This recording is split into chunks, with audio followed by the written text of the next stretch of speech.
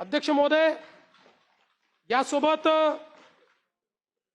आमचे आज मला या ठिकाणी सांगितलं पाहिजे की आपण जो शेतकऱ्यांना नमो शेतकरी महासन्मान योजना आपण सुरू केली, केंद्र सरकारचे 6,000 आणि त्यासोबत राज्य सरकारचे 6,000, आज त्याचा आपण हप्ता हा शेतकऱ्यांच्या खात्यामध्ये जमा केलेला आहे।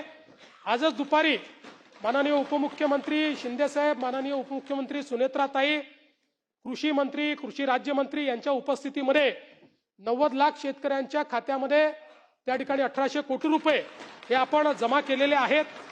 आणि आता मला सांगितलं पाहिजे की केंद्र सरकार आणि राज्य सरकार मिळून आतापर्यंत शेतकऱ्यांच्या खात्यामध्ये जी काही केंद्र सरकारची योजना आणि आपली नमो महासन्मान योजना आहे, या दोन योजनेच्या अंतर्गत शेतकऱ्यांच्या खात्यामध्ये 90 लाख शेतकऱ्यांच्या खात्यामध्ये 54,000 कोटी रुपये आपण जमा केलेले आहेत। आमचे माननीय सुधीर भाऊ हे सातत्याने धानाच्या बोनसच्या संदर्भात त्या ठिकाणी आग्रही आहेत। सुधीर भाऊ, मी आपल्याला एवढं सांगतो, तत्वतः धानाला बोनस द्यायला आमची मान्यता आहे।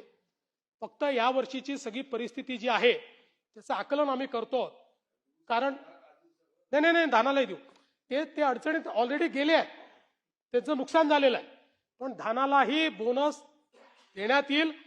त्याचा जो क्वांटम आहे आणि जी पद्धती आहे या संदर्भात लवकरच आम्ही निर्णय घेऊन पण धानाला बोनस देण्याचा निर्णय हा राज्य सरकारने निश्चितपणे या ठिकाणी घेतलेला आहे।